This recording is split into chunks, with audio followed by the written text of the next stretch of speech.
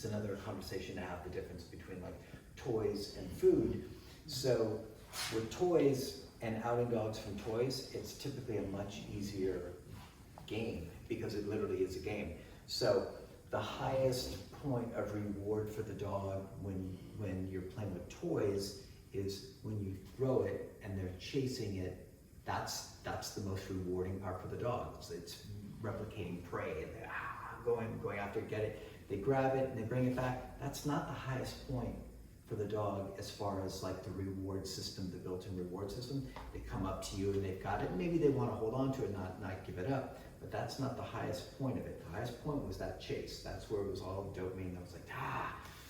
But with food, the reason why you get fewer reps, unless you've got a maniacal, like super food-driven dog, is because you're asking them to give up the thing at the highest point of reward, which is why you see dogs typically be more like kind of down in the mouth with it. Whereas with food, with toy stuff, you can be like out and they're like, boom, boot the ball or throw the ball or the frisbee or whatever it is. And the dog's like, cool, this is a great game. Now I get exactly what the rules are. I come over, you ask me to out it, cool, I drop it, and then we play. The game keeps going and going and going. Now, maybe if I was taking every time, the dog was outing and throwing a steak or something, maybe we'd get, more into that space, but that's not a very realistic proposition.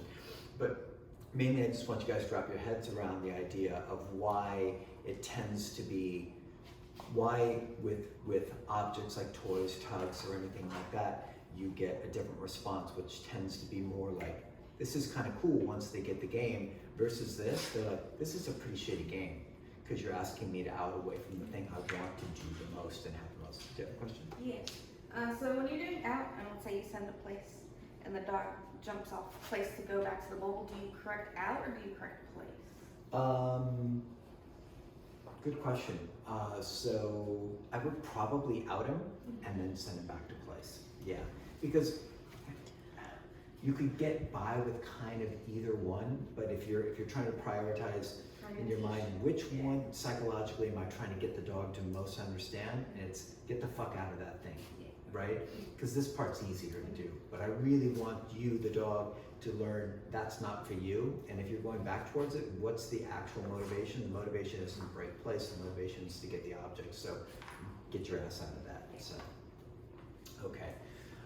So everybody get the difference in those concepts. Like if you're ever having to explain to a client, if you're doing out with food, or you're doing out with toys and the dog's really having a good time, and then you go to do and they're like, well, my dog's also a little bit weird with food, and then you have to do this maybe at another session, and you're working with food stuff, and the client's like, yeah, well, my dog doesn't look very happy, my dog looks pretty like bummed out. You can explain and walk a client through the process of why it's different, and just that can be very helpful for a client who might think that the training is the problem, right? The training is making my dog bummed out, and well, the training is bumming the dog out, but that's because they're not getting what they want when they want it, right? So it's just helpful to be able to understand that stuff and explain it both for yourself, but also